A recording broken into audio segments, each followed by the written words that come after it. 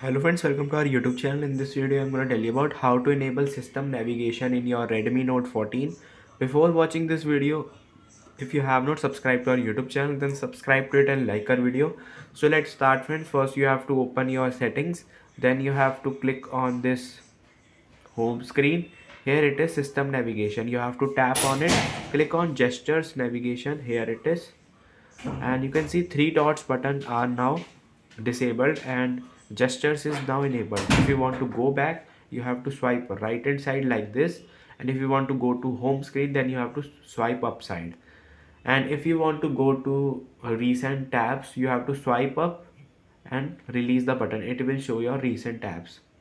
And if you want to disable it, then you have to click on home screen, system navigation, click on buttons, it will be changed. I hope you like this video. If you like this video, then subscribe to our YouTube channel for more helpful tips and tricks videos. See you next time.